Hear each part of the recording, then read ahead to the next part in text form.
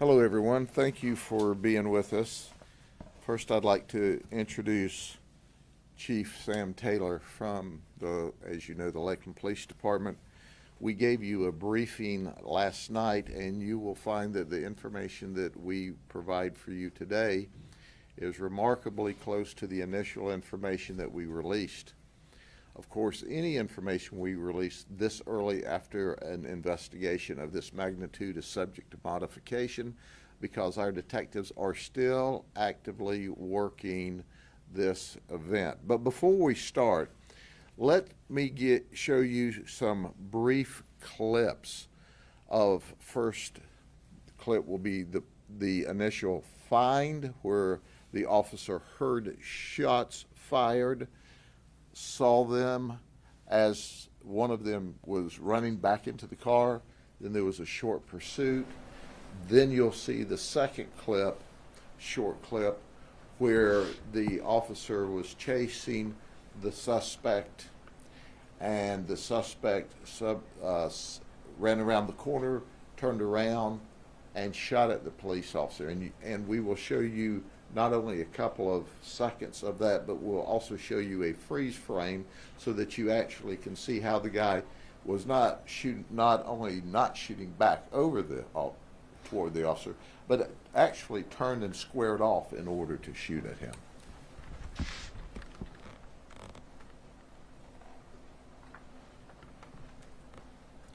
Okay, this was the initial shooting that he heard, and as you see, our suspect, even though he was commanded to stop, he jumped in the car and off they fled. This was from the initial shooting. And this was called in as a dangerous shooting. And the pursuit, now our suspect with a firearm to the left, and you can see the firearm in his hand. The car is left on its own to wander down the street and sideswipe some innocent person that's just trying to get home from work. And the next clip, now the officer is pursuing our suspect with the gun, Dalmas. And you see the dirt fly up. That's when the officer is shot, right there. That's when our officer's shot. There's the freeze frame to show how he turned all the way around 180 degrees in order to shoot at the officer. And that shot is what hit the officer in the foot. So I first wanted you to see that. Now, as everyone knows, we're doing Facebook Live, and that's important. And the reason it's important today is because the news stations and the television are going to blur out the faces of these folks that are under 18 years of age because they don't want to hurt the little darlings who are, by the way, shooting at the cops, shooting at the neighbors, stealing stuff. So they've got this silly policy where they won't run this stuff. So for all of you who watch the edited news, go back to our Facebook and see the real news, okay? I am not happy with that, if you can't tell. I read the morning paper after a guy tries to kill a police officer, and they fuzz out his face because he's only 13 years old with a gun shooting at the cops after he shoots at somebody in the neighborhood. So here you go. Get ready, editors at your television stations, for editing this stuff out. And I'll probably mention it again that I'm not happy with your editorial decision. Shame on you. You're hiding criminals who are shooting at neighbors, who are shooting in neighborhoods, who are shooting at innocent people because you don't want to show their face, and they're felons. They're dangerous felons. So here's what they were doing, so I can give a little color behind your edit. They were riding around in Julian's vehicle. Julian is 19. Wesley, that shot the police officer, is 13, and Leonard is 14. Now, when we talked to you last night, Wesley was in custody. We had just arrested, the police had arrested Julian in the vicinity of the scene where he ran. Leonard ran and got all the way home to West Lakeland before we arrested him later in the evening. He was 14. Now, here's a test for those of you who would wonder, okay, if there's 3 people in the car, how many guns are there? Well, we found 2. So who had the guns? The 13-year-old that shot the police officer, the 14-year-old Leonard Spate had one underneath the seat. And here's what we know. The details we didn't release. So Officer Smith is on another call. And he's on this other call, and out comes a dangerous shooting in the 1600 block of Kettles near the Simpson Park. So he hears the gunshots, and he rushes up, and you saw the video clip, where Dalmas is now getting into the left rear seat of the car. And the car speeds off. There's a short pursuit. They all 3 abandon the car to run from the cops. Leonard leaves his gun underneath the right front passenger seat where he's riding. Wesley Dalmas takes his gun with him and ultimately shoots the police officer. And Jermaine Julian, who's driving his mama's car, leaves it to ride off by itself, sideswiping some poor innocent person probably trying to come home from work. So the shooting occurs. And it's much like the chief gave you the rendition last night. Our follow-up is that Wesley Dalmas intentionally tried to murder a Lakeland police officer. But that was only after they were out cruising. You know what they were doing? They were smoking marijuana. You know, that low-level, nonviolent drug. Let me say that again, because you see, that causes the media to cringe every time I say it. They were all riding around smoking that low-level, nonviolent drug that they call it, marijuana. Well, why were they doing that? Because they were looking for an op. You know what an op is? Opposition. You see, here's what we know. We know that Wesley is an associate gang member. See, he's associates of gang members. Jermaine has been determined to be a gang member at 19. Leonard, at only 14, is determined to be a gang member. So they're smoking dope, riding in the car, looking for an op. What's an op? An opportunity to shoot the opposition. And obviously they found them because they shot in the direction of someone. Did that someone report to the police? We have no idea who they were shooting at, whose vehicle, whose house, what person they were shooting at, because no one reported it to us. But alas, they won't report it because they normally don't, because their thought is, I know who the opposing gang member is, and I'll go back and shoot at them later. Well, newsflash, you won't get a chance to shoot at these folks because we got them locked up.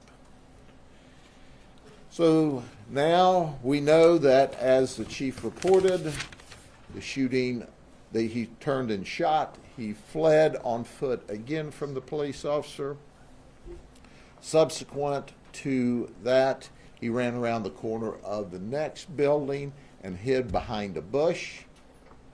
And Wesley then, when the police officer, Officer Smith, noticed that nobody's here, he looked back, and behind him, he sees Wesley, still firearm in hand, jumps up and tries to get away again, and that's when there's another engagement, and Wesley shot. We know this morning that Wesley is shot in the leg, and he shot in the left thigh and the stomach. We know that he was carrying a Taurus 9mm semi-automatic. We know that when he spun to shoot at at Officer Smith, at the Lakeland police officer, he shot at him 3 times. We also know that the other firearm was a Taurus 9mm as well.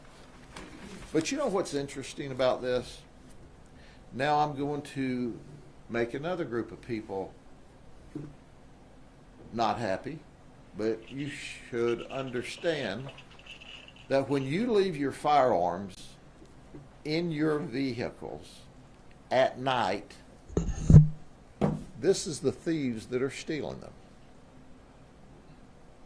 That's right. That's how they got these guns. So far, we've not been able to find where these 2 Tauruses were stolen from. They're not in the computers, which means somebody's not keeping their serial numbers. Do you know that all 3 of these people were on active probation? All 3 of them. What were they on probation for?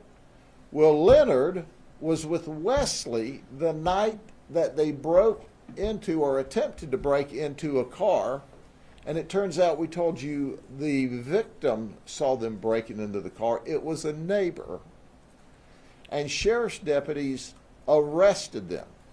We also reported last night that the gun that they stole in that conveyance burglary. Nay. We've since learned that Wesley brought that gun with him to flip handles and break into the car. So I want you to think about this, ladies and gentlemen. The person breaking into your car, seeking your wallet, your cards, your cash, your guns, this guy, even though his chronological age is 13, he's a hardened criminal who will shoot you, because if you'll shoot the cops, you'll shoot anybody. And he was that night arrested with Leonard, who was 14. One of the conditions of both of their probations, among many conditions, was they're not supposed to be together. Let me think. Were they together yesterday? Yes. Jermaine has a more illustrious criminal history, and that he's been arrested for attempted burglary and loitering and prowling and violations of probation. They've all had violations of probation because they don't pay attention. He's had 6 arrests in the past, 4 VOP felonies and 2 straight-up felony criminal charges. And these others were arrested that night, and several violations since then. Listen, folks, so let me encapsulate this. They're burglars. They go out at night. They break into cars, open car doors, and take guns. So when you leave your gun in the car, they're stealing it and then shooting up neighborhoods, shooting up other gang members, and shooting police officers with your gun because you're not responsible in how you care for that gun. And I'll give you one little piece of news. They'll also shoot you with your gun that they take out of the car if they get a chance. So these are bad guys. They're bad guys. I don't care that chronologically they're 14 and 13 and 19. These are who's murdering each other in the street. They tried to shoot someone last night. The police standing in the gap got shot, keeping the community and the neighborhood safe. So when you want to protect these people, when they ought to be held accountable, you're giving them the ammunition, you're enabling them to continue on with their criminal conduct and not be held appropriately accountable. The community deserves better, and it needs to start with the media. Okay? Chief. Thanks, Sheriff. Good morning, everyone. I want to give you a brief update on the officer's condition. We touched base with him this morning. Obviously, we've been sitting with him all night long. He had a pretty good night. As you can tell, as you can imagine, rather, he is in sleep as well as you can sleep in a hospital with a hole in your foot. He was shot in the left foot, as I mentioned to you last night, one time. The sheriff showed you the body cam video where that occurred. I also want to talk about the fact that, and I didn't do a very good job last night, I don't think, telling you about the courageousness and the heroic actions that the officer took last night. I was more focused on giving you the facts, but I can't be more complimentary of the way the officer reacted last night. He reacted exactly as he was trained, just as we know that the sheriff's office would react, the deputies would react the same way. Lakeland police officer, and particularly Officer Smith, reacted that way last night. He had an opportunity after he was shot to pull back and set up a perimeter and just let the guy go into the apartment complex. He chose not to do that.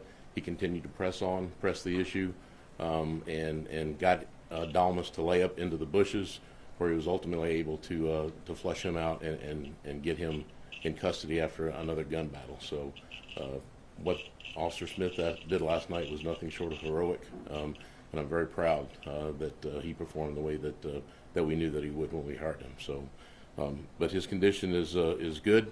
We anticipate that he will probably be released sometime today. He's going through a round of antibiotics, and once that is done and the doctors are satisfied with his condition, he'll be released. He does have 2 broken bones in his foot as a result of the gunshot, and he needs a new pair of boots. So I'll probably buy him a new pair of boots. Well, I will buy him a new pair of boots. The suspect, Dalmas, is still at Tampa General Hospital. He's being treated for his injuries. He will be admitted. They've done obviously some evaluations, some tests on him. He's certainly being guarded by a Lakeland police officer right now, and we're sending officers over there to keep a watch on him. But he is a dangerous person. He is a dangerous young man, and even though he's 13, he committed an adult crime, and I agree with the sheriff.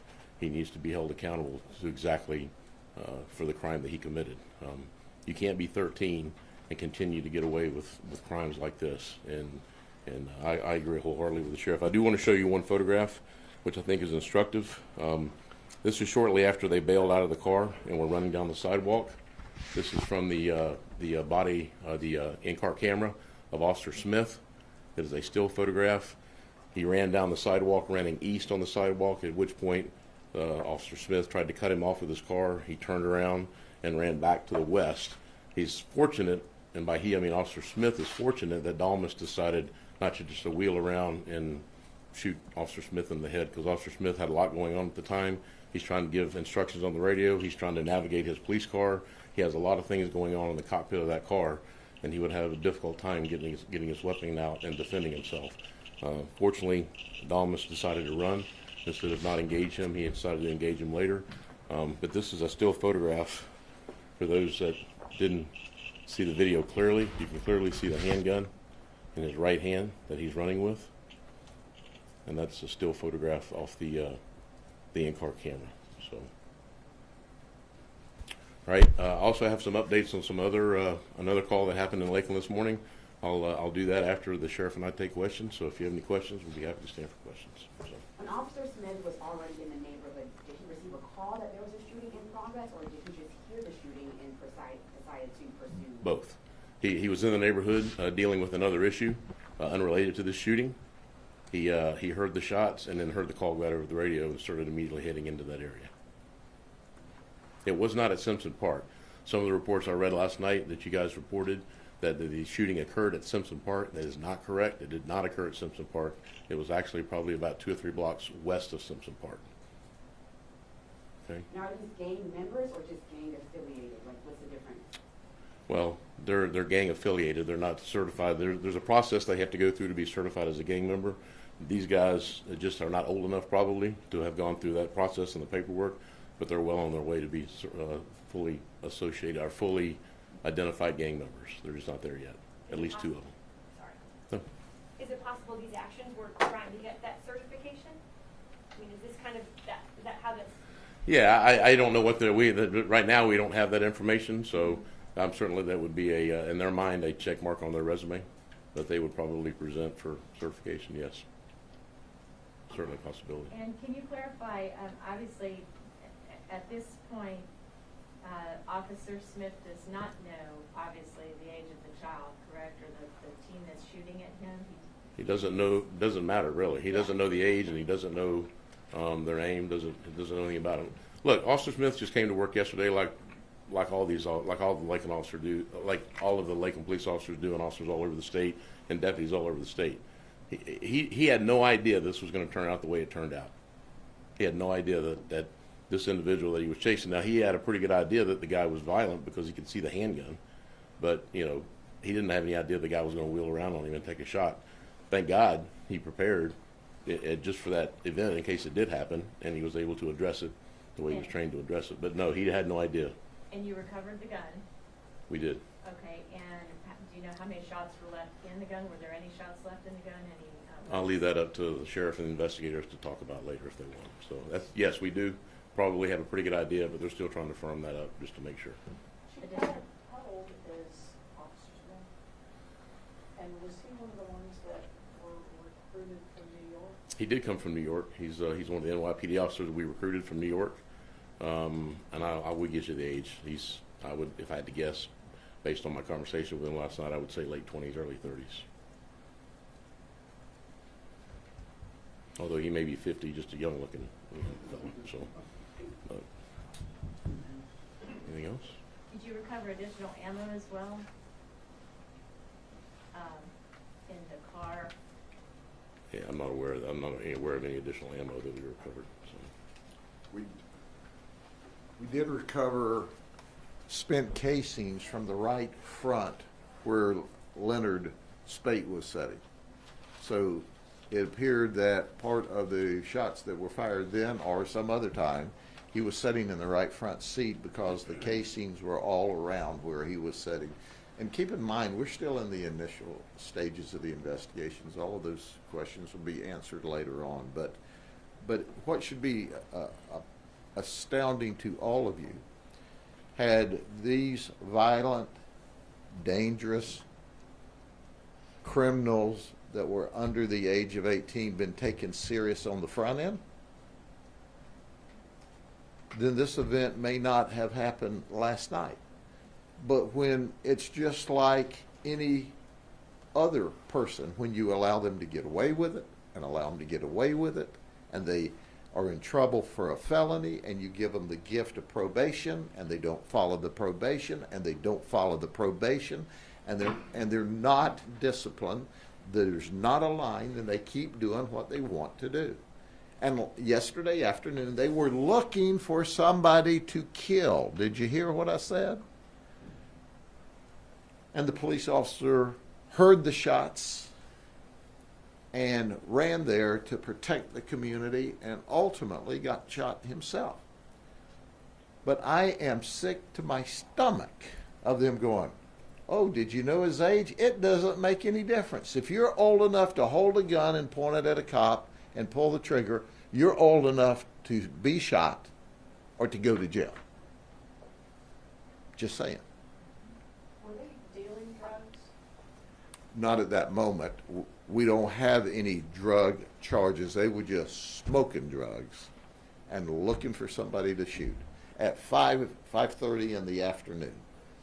Think about it. If you want to talk about chronological age, do you know any children that go, hey, let's get out of school today, get our guns, smoke a little dope, and shoot up some people? These are hardened criminals, and don't be misled by those that want to tell you anything else. And had the people who wanted to coddle them and hug a thug cared enough to give them the services that they needed to get their attention, we wouldn't have been here where they were looking for somebody to kill and then shot and tried to kill a police officer. The only reason Officer Smith's alive right now is he was a bad shot, because he ran around the corner, bladed back around, and ambushed the officer as the officer was pursuing him to take him into custody and to protect the rest of the community from another shooting episode by this guy. Can you explain why he was expelled from school? I don't have any information about school records, and if I did, most of that is protected by law, so I couldn't respond to that if I knew. We can confirm that one of the three individuals lived in West Lakeland. And where? One of the three lived in West Lakeland. I'm assuming the other two also reside in Lakeland? Yes. Actually, I've got all of their addresses here. One of them lived on Kansas. One of them lived in, let me see, West 720 Emma Street. Jermaine Julian, the 19-year-old, lived at 720 Emma Street. Leonard Spate lived at 2581 Chestnut Woods Drive. And Wesley lived at 604 Kansas. This may be a comment more than a question, but I think the reason why the age is important is that we're all horrified. Because I think of a 13-year-old kid in middle school getting detention. If you're really bad, you get suspension. Now they're out trying to kill cops. It's just pretty overwhelming. And they're trying to kill cops who are trying to stop them from killing people in the neighborhood. Yeah. So that should be the story. We got a 13 and a 14-year-old with a gun trying to shoot people up in a neighborhood, driven by a 19-year-old with a long history, and they've all been caught breaking into cars or attempting to break into cars. Is this related to the Iowa Street shooting? Are they related to that gang? There's no indication of that. Do we know what gang they're affiliated with? We do, but we're not going to talk about it. We don't market for gangs. Right. All right.